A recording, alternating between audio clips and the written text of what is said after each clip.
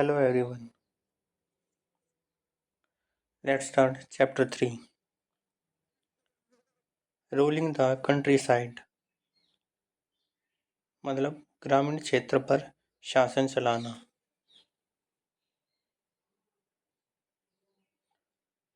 In figure number 1, सन 1765 में Robert Clive Mughal बादशाह से बिहार और उड़ीसा की दीवानी ग्रहण कर रहा है। फिगर नंबर 1 में द कंपनी बिकम्स द दीवान। 12 अगस्त सन 1765 को मुगल बादशाह ने ईस्ट इंडिया कंपनी को बंगाल का दीवान तैनात किया। बंगाल की दीवानी हाथ आ जाना अंग्रेजों के लिए निश्चय ही एक बड़ी घटना थी। बंगाल की दीवानी प्राप्त कर लेने के बाद ईस्ट इंडिया कंपनी अपने नियंत्रण वाले इस इलाके को सभी आर्थिक और व्यावसायिक गतिविधियों की मालिक बन बैठी। चूंकि अब यहाँ का पूरा प्रशासन उसके हाथों में था, इसलिए उसे अपनी कमाई का रास्ता भी खोजना था, ताकि वह अपने बढ़ते खर्चों को पूरा करने के लिए आमदनी जुटा सके। व्यापारिक कंपनी के नाते उसे यह ख्याल भी रखना था कि वह अपनी जरूरत की चीजें खरीदती बेचती रहे। अब ईस्ट इंडिया कंपनी अपने कदम फूंक फूंक कर रख बढ़ा रही थी। बाहरी शक्ति होने के कारण उसे उन लोगों का भी सामना करना था जो यहाँ के ग्रामीण क्षेत्रों में पहले शासन कर चुके थे और अभी भी काफी ताकतवर और इज्जतदार थे। कंपनी के लिए ऐसे लोगों पर काबू पाना तो जरूरी था, लेकिन वह उन्हें खत्म नहीं कर सकती थी। कंपनी ने गांव देहात को अपने कब्जे में कैसे किया, कमाई के उसने क्या तरीके अपनाए, लोगों को किस किस तरह से अधिकार दिए और किसानों से अपनी मर्जी की खेती कैसे कराई और बंगाल पर अपनी पकड़ को कैसे मजबूत किया, यह सभी हम इस अध्याय में देखेंगे।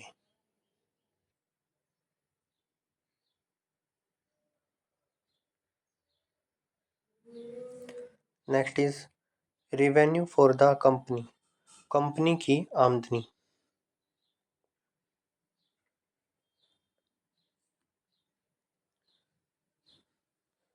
दीवानी मिलने के बावजूद अभी भी कंपनी स्वयं को व्यापारी ही मानती थी, लेकिन किसानों और व्यापारियों पर भारी भरकम लगान के आकलन और उसको वसूली की कोई स्थायी व्यवस्था करने में वह संकोच कर रही थी। वह चाहती थी उसे अधिक से अधिक राजस्व मिले और वह कम से कम कीमतों पर बढ़िया सूती एवं रेशमी कपड़ा खरीदे। अगले 5 वर्षों में कंपनी द्वारा बंगाल में खरीदी जाने वाली चीजों की कीमत 2 गुनी बढ़ गई। सन 1765 से पहले कंपनी ब्रिटेन से सोना चांदी आयात करके ही बंगाल में सामान खरीदती थी, लेकिन अब वह यहीं बटोरे गए धन से यहीं की वस्तुएं खरीद कर निर्यात करने लगी।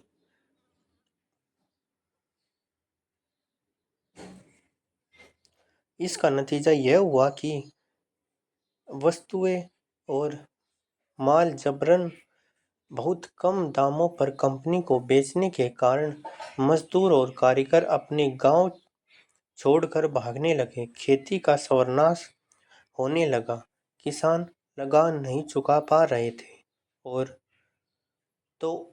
सन 1770 के अकाल में अकेले बंगाल में 1 करोड़ लोग यानी यहाँ की 1/3 आबादी समाप्त हो गई। इससे बंगाल की अर्थव्यवस्था गहरे संकट के दौर में पहुंच गई। इन फिगर नंबर 2 में दिखाया गया है कि बंगाल स्थित मुर्शिदाबाद का एक साप्ताहिक घाट। ग्रामीण इलाकों के किसान और कारीगर अपनी चीजें बेचने और जरूरत की चीजें खरीदने के लिए नियमित रूप से बाजारों में आते थे। आर्थिक संकट के समय इन बाजारों पर बहुत बुरा असर पड़ा। Next is the need to improve agriculture. सताई बंदोबस्त मतलब खेती चौपट होना और अर्थव्यवस्था बिगड़ने पर ईस्ट इंडिया कंपनी को अपने राजस्व का जबरदस्त घाटा होने लगा। अब कंपनी खेती में सुधार लाने और जमीन में निवेश करने की दिशा में सोचने लगी। 2 दशक तक इस मामले पर बहस वाद विवाद के बाद गवर्नर जनरल लॉर्ड कॉर्नवालिस के दौर में आखिरकार कंपनी ने सन 1793 में स्थायी बंदोबस्त लागू किया। इस बंदोबस्त की शर्तों के हिसाब से राजाओं और मालिकों को जमींदारों के रूप में मान्यता दी गई। उन्हें किसानों से लगान वसूलने और कंपनी को राजस्व चुकाने का जिम्मा सौंपा गया। उनकी ओर से चुकाई जाने वाली राशि स्थायी रूप से तय कर दी गई थी। इसका मतलब यह था कि भविष्य में कभी भी उसमें बढ़ोतरी नहीं होगी। अंग्रेजों को लगता था कि इससे उन्हें नियमित रूप से राजस्व मिलता रहेगा और जमींदारों को जमीन के में सुधार के लिए खर्च करने का प्रोत्साहन मिलेगा। उन्हें लगता था कि क्योंकि राज्य की ओर से राजस्व की मांग बढ़ने वाली नहीं थी, इसलिए जमींदार बढ़ते उत्पादन से फायदे में रहेंगे। नेक्स्ट इज द प्रॉब्लम समस्या। मगर स्थायी बंदोबस्त के बाद भी जमींदार जमीन में सुधार के लिए खर्चा नहीं कर रहे थे। इसकी वजह यह थी कि कंपनी ने जो राजस्व तय किया था वह इतना ज़्यादा था कि उसको चुकाने में जमींदारों को भारी परेशानी हो रही थी। इसका नतीजा यह हुआ कि राजस्व वसूलने के लिए जमींदारों के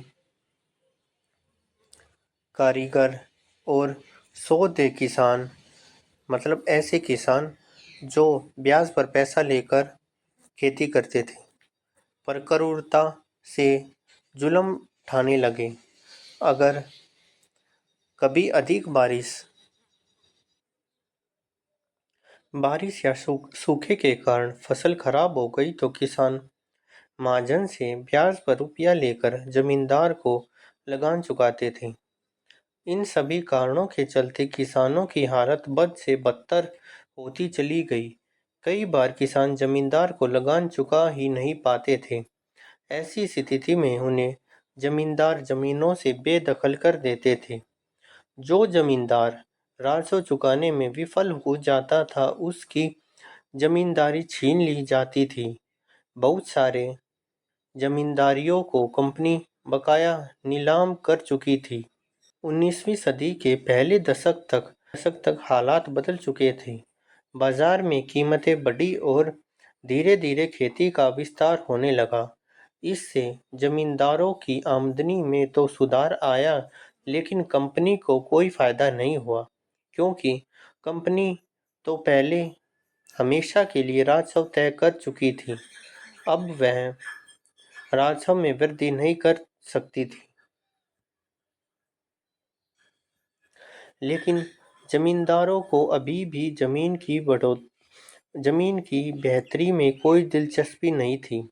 उनमें उनमें से कुछ तो बंदोबस्त के शुरुआती सालों में ही अपनी जमीन गंवा चुके थे। जो बचे रह गए अब उन्हें भी बिना परेशानी और निवेश का खतरा उठाए आमदनी की उम्मीद दिखाई दे रही थी।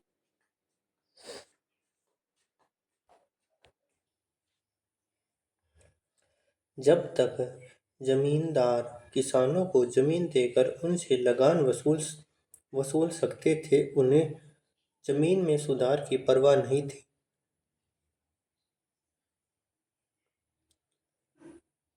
दूसरी तरफ गांव में किसानों को यह व्यवस्था बहुत दमनकारी सी दिखाई दी। किसानों को जो लगान चुकाना था वह बहुत ज्यादा था और जमीन पर उसका अधिकार सुरक्षित नहीं था। A new system is devised. एक नई व्यवस्था।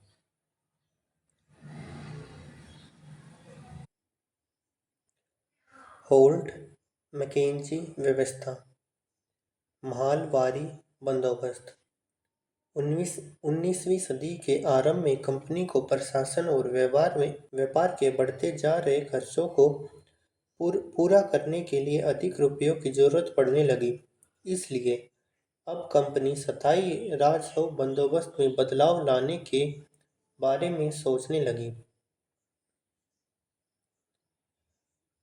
बंगाल प्रेसिडेंसी के उत्तर पश्चिमी प्रांतों के लिए होल्ट मैकेंजी नामक अंग्रेज ने एक नई व्यवस्था तैयार की जिसे सन 1822 में लागू किया गया।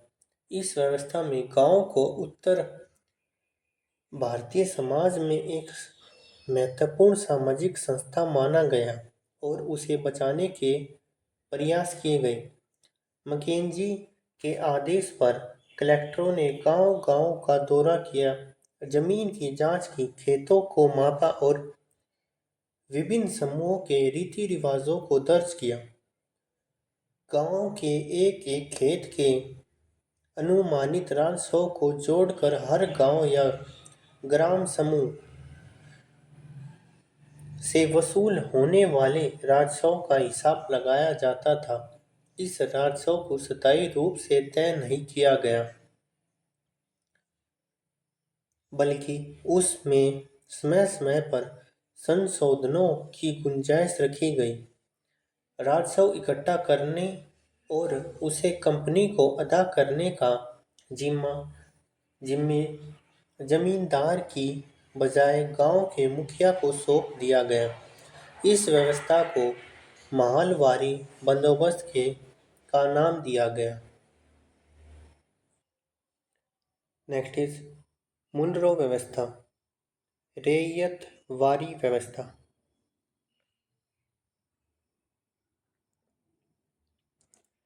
ईस्ट इंडिया कंपनी ने अपने नियंत्रण वाले दक्षिण भारतीय इलाकों में भी स्थायी बंदोबस्त किया। स्थायी बंदोबस्त की जगह नई व्यवस्था अपनाने का प्रयास किया। वहाँ जो नई व्यवस्था विकसित हुई उसे रैयतवार या रैयतवारी का नाम दिया गया। कैप्टन अलेक्जेंडर रीड ने टीपू सुल्तान के साथ चले युद्धों के बाद कब्जे में लिए गए कुछ इलाकों में इस व्यवस्था को आजमा कर भी देख लिया था।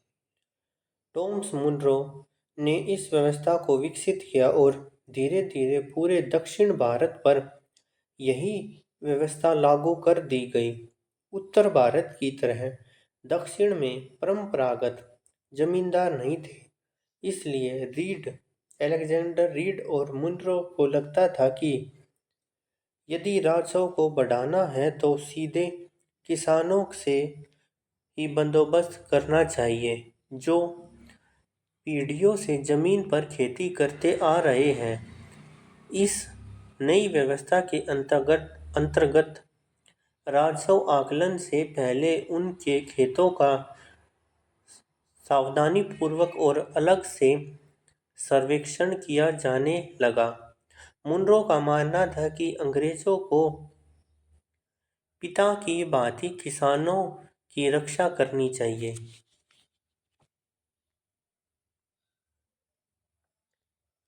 Next is all was not well. सब कुछ ठीक नहीं था। नई व्यवस्थाओं की समस्याएं। नई व्यवस्थाएं लागू होने के बाद महज कुछ सालों के भीतर उनमें समस्याएं दिखाई देने लगी। जमीन से होने वाली आमदनी बढ़ाने के चक्कर में राजस्व अधिकारियों ने बहुत ज़्यादा राजस्व तय कर दिया था।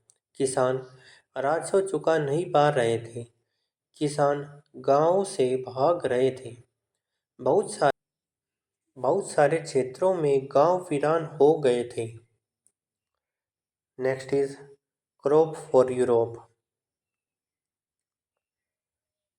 यूरोप के लिए फसलें, अफीम और नील की खेती।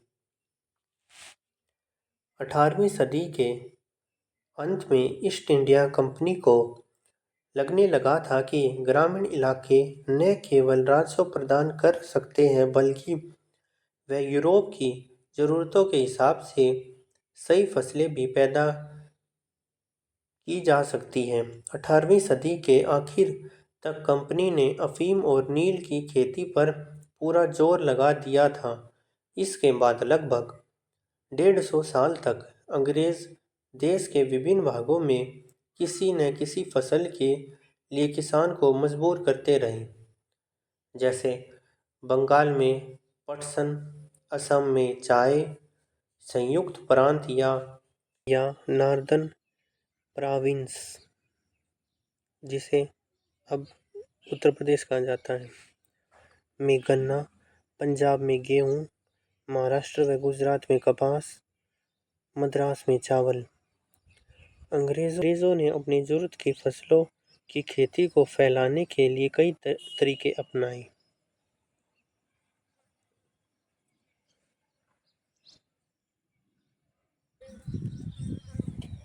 रंग का भी इतिहास है।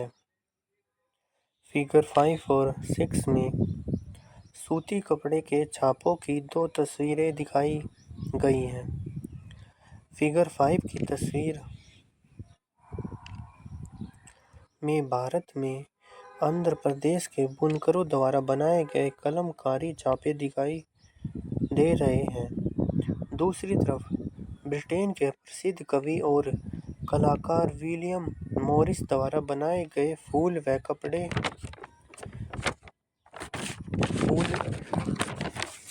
वाले छापे हैं। दोनों ही छापे में गहरे नीले रंग का इस्तेमाल किया गया है। इसे आमतौर पर नील कहा जाता है। क्या आप जानते हैं कि यह रंग किस तरह पैदा किया गया?